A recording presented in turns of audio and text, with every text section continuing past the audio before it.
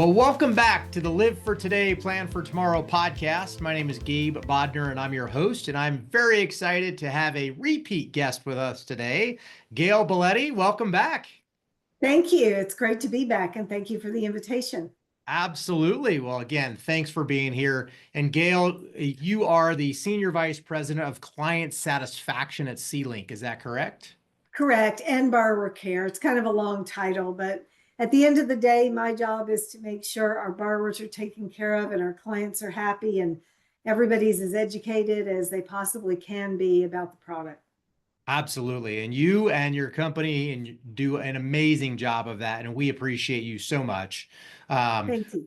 Most of our customers and our clients do not probably know the name Celink, but between you and I, we know that Celink is a subservicer for many of the servicing companies out there for reverse mortgages, both the FHA, home equity conversion mortgage, and proprietary reverse mortgages. Is that correct? Correct. And our clients are, some of them are still originate today and are originating, so that they're the originators of the marketplace. Absolutely. And again, we love our partnership with you guys and truly appreciate what you do for our clients. And today's conversation is all about everything related to being able to rent out your property, right? We know, and I stress this every single time I meet with a client, that the rules around a reverse mortgage are that you must retain the home as your primary residence, right? Correct. In addition to, of course, paying your property taxes and homeowners insurance and maintaining the home, which is the same as any mortgage. But the one difference, in my opinion, the one major difference between a traditional mortgage and a reverse mortgage is the occupancy requirement. And that occupancy requirement actually, I've talked to other lenders and clients who, in my opinion, don't actually have it correct. But I define it, and I would love to understand from your perspective, I define it as the property that you deem to be your primary residence. And that is verified each year by an annual occupancy affidavit. And if you effectively sign that form and return it to the loan servicer and say that, yes, you affirm this is my primary residence. And I kind of go on a little further. And when clients ask, well, how do they know? How does a loan servicer know? And I say, well, where are you registered to vote? Right? What does your driver's license say? If you're on Social Security, where are those Social Security, awards letters and things? Where are they being mailed to? Right? If you file taxes, what is your residence on your tax return? There you go. So these are the ways that I define it, where other people might say 181 days a year, right? Meaning that you live there 181 days a year. But I don't believe that to be correct. Because there's no specific time frame that you must occupy the home. Is that correct? Well, the HECM model loan agreement, if you look at the verbiage there, it specifically says principal residence means the dwelling where the borrower, and if applicable, a non-borrowing spouse, maintain their permanent place of abode and typically spend the majority of the calendar year. So does that mean that borrowers can't go on a religious retreat? No, they typically spend the majority of their time at their primary residence. And you're absolutely right that the key here is it's got to be the borrower's primary residence. So let me give you a couple of examples. So for example, they would not be able to rent out the whole home and claim it as their primary residence. That's not accurate. It's not where they're living. That's not their primary residence. But they could rent a room. They could rent an ADU. If it's a 2 to 4 unit property, they could rent the other units and live in one, and it is still their primary residence. Fantastic. So let's kind of dissect that a little bit more. So let's take somebody who's living in the home. Obviously, this is their primary residence, and they are deciding to rent a room. No problem. right? It's like you described a multifamily, 2, 3, 4 unit home where you occupy one unit and you rent out the other units in the property. No problem. You are allowed to rent part of your home as long as you are living there. No harm, no foul. Yeah. So what Yes. about the case where someone says, well, I have an ADU. What if I live in the ADU and route out the primary home, the majority of my home? Is that acceptable? It is acceptable as long as the ADU is on the title, it was included in the appraisal and it's part of the resident, part of the collateral property. Because at the end of the day, what HUD and the lender want to know is the property is being taken care of.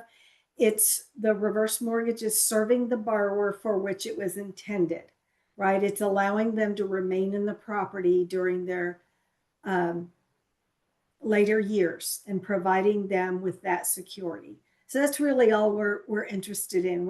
It's not a good thing. It's never a good thing if you move out of a home or leave for years at a time, that home's going to degrade, right? You could have a leak, you could have a fire in it, and it's not being taken care of. At the end of the day, the lender and HUD want to know the property serving as collateral for the loan is serving the intended purpose, and that the property is being taken care of. So yeah, they can live in an ADU and rent the rest of the property.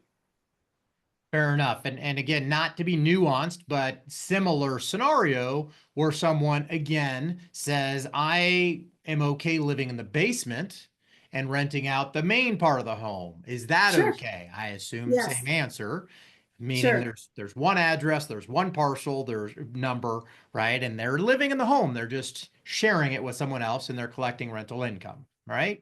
Exactly. So there is language in the deed of trust that can create some concern around this Mhm. topic. And don't quote me on the language, but maybe you know the language verbatim better than I do, that states something to the effect of the lender has rights to the rents. Mhm. Um, which again, I recently had a client who brought this to my attention and was very concerned about it. So can you maybe address this phrase, if you will, and legal language in the deed of trust? Sure. So with regard to rental income, there's two primary distinctions. One is while the loan is active and not due and payable, it's not been called due. The borrower's in good standing. They've paid their taxes and insurance. They've certified their occupancy. They haven't been removed from title. They're in active, good standing. And then conversely, after the loan is called due and payable, if the loan is in default, if they've moved out of the home, if they've become delinquent on their taxes and insurance and the loan's been called due. So while the loan's in good standing, the lender doesn't have any rights to those rents. Those are the borrowers on the subject property. But again, at least one borrower must reside in the property as their primary residence. Once the loan is due and payable, then there is a clause allowing the lender to receive those rents if they rent out part of the property. So yes, Fair enough. that's the main distinction. If there's been a due and payable notice sent, the loan's in default, then the lender has rights to the rents. Wonderful. So again, I think that is a great distinction. So that's only applicable if the loan becomes due and payable, which Correct. typically occurs when the borrowers are no longer living in the home as their primary residence. Either they passed away or they've permanently left the home to a Right. different living arrangement, or the loan becomes in default because they haven't paid their property taxes and or homeowners insurance, and they are not in good standing effectively with the loan servicer. Correct. Or any property charges. It could be HOA dues and assessments as well. So the property charges remain the responsibility of the borrower. And the other very rare occurrence would be two rare occurrences where the property is condemned. Maybe it's a health and safety hazard, and we received notice from the city that the property has been condemned. That would be a due and payable situation. Or if the borrowers have removed all borrowers from title and deeded the property like to their heirs. Hmm. That's not a good situation. Now that can be rectified. They just put themselves back on title. But some borrowers think that that's advantageous for them to do. It's not. They can add anybody they wish to title, but they cannot remove themselves. There has to be one remaining borrower on title for the loan to Fantastic. be.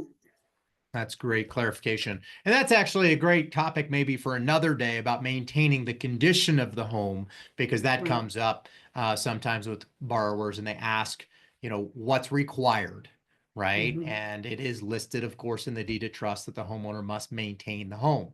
Um, Right. so it sounds as though only in extreme rare cases where the home is deemed as uninhabitable effectively. And so Right. it's reported in that case. Right. And or a neighbor reports it and says, look, there's 50 people living over there and the property is a mess. And then the city goes and investigates and sends us a notice that, hey, that property's, needs some work. We're Interesting. condemning. Yeah. Yeah. And that does happen because neighbors will report each other. I believe it. Being that you've brought it up, I'm assuming it has happened before. I've never heard of Yes. that happening in my 23 years of experience at this point, but I trust you that you're bringing it up because it has happened before. Yes. Well, if a neighbor has rodents coming to their property because of what's going on the Ah, subject property, they're definitely going to call the city.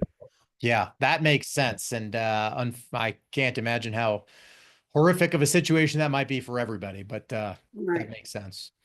Okay. Right. A couple other elements on this same topic I want to be very clear about. So you talked about earlier, if somebody wants to go on a religious trip and they're out of their home for several months, um, let's talk a little bit about that, or just a straight vacation. Let's somebody wants to take a cruise around the world for 6 months, right? And they are living on a boat, not their primary residence, it's temporary residence. And Right. they, of course, are going to move back into the home. I assume so far, nothing I've said is a problem, Nope. right? Mm-mm. However, what if they say, gosh, I could really rent out my house for $3, $4, $5,000 a month while I'm gone on vacation? And they put it on Airbnb as a long-term rental, even though it is going to be, or rather, it's still their primary residence, but they're renting out the entire home now for, let's say, 6 months while they're out of the country. Acceptable? Right.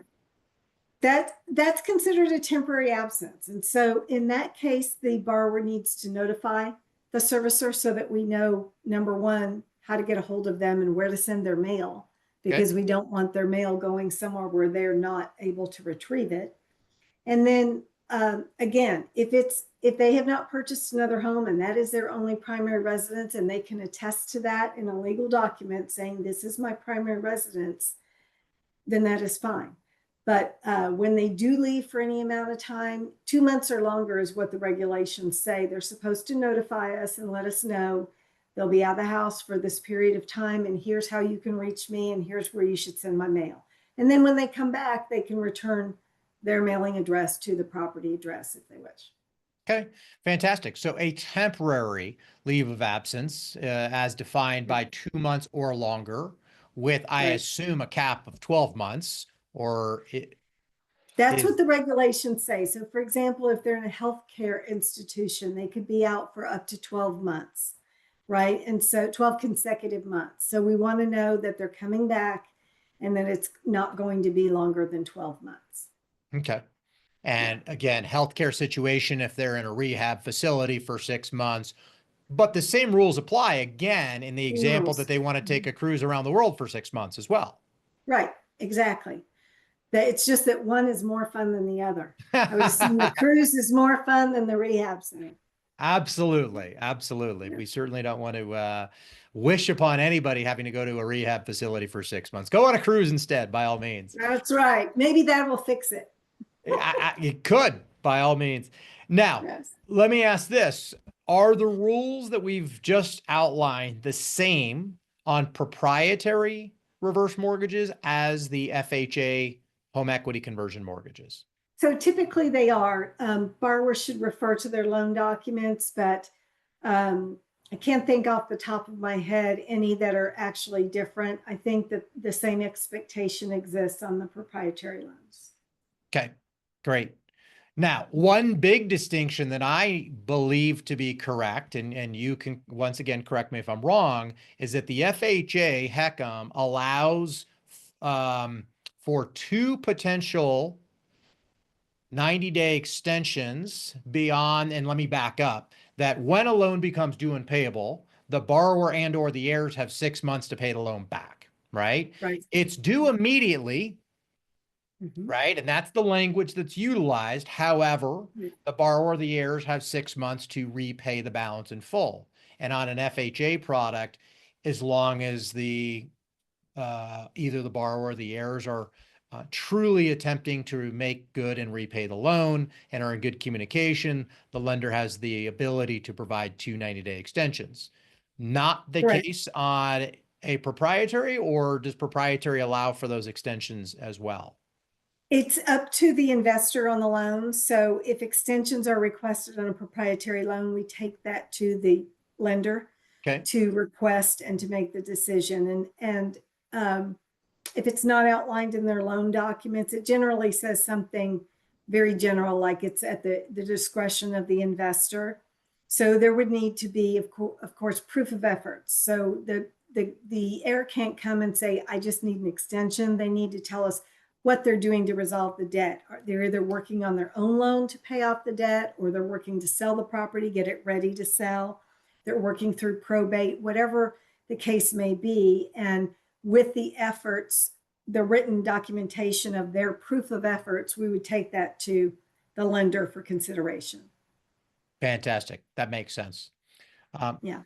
Gail, as always, appreciate your knowledge, appreciate everything you do. This has been wonderful, and I think will truly be valuable and helpful for a lot of clients in situations where they have the time, the health, and the wealth, as I like to say, to be able to travel and live the best quality of life they can possibly live in retirement, with utilizing home equity as part of their overall strategy, and being able to take some vacations and travel. And again, with that being said, truly appreciate you being here. As My always, pleasure. if people And have, one more thing I might add, because you mentioned please, returning the occupancy certification form every year. yes, So servicers have tried to make that very easy for borrowers now, especially that HUD allowed via mortgagee letter 2323 a verbal certification. So the borrower doesn't have to fill out that form and send it in. Some of them prefer the form. Okay, we can take the form also, but they can call the phone number on their statement and certify that on our IVR electronically. They can also log into their website account with us and do it. There'll be a banner if it's due, and it'll say, hey, it's time to do this. Would you like to do it now? So we've made it very easy for them, and they're able to choose how they would like to certify. that's fantastic. And generally speaking, that certification comes due on the anniversary of the loan closing each year. Is that correct? Generally speaking, yes. Now we are making a change in the go forward soon, so that we will be moving that due date to 1 year past the last certification date. So for example, Okay. if their anniversary date is March and they happen to certify in February, the next one will be due in February. Okay. And so that's advantageous for the borrower who, wants to certify early also. They can certify really whenever they want, and then it's due 12 months later. Okay. How early can someone certify, by the way? We're going to open it up. It's not open yet, but we're going to open it up for 6 months before the due date. Oh, wow. So So they will have a huge window by which to certify. So there should be no reason a loan should go into occupancy default anymore, because they will have a very expansive time to certify. that's great news, because I know historically speaking, that window does not open very soon, Right. or early, I should say, compared to when it's actually due. So Right. that's And HUD changed those rules, so that allows us to be more flexible. We used to have to get it right in between this window, and that was the difficult part. that is difficult at times. So that's great news. Thank you for sharing Yes. that. I will make sure to pass that message on to others as well. But again, thank you for adding that here today. And Gail, as always, once again, thank you. My pleasure. And we look forward to having you on the show once again in the future. I look forward to it. Thanks again, All Gabe. right. Thanks, And Gail. thanks See for you. all you do. My pleasure. Thank you. Have a great day. You too.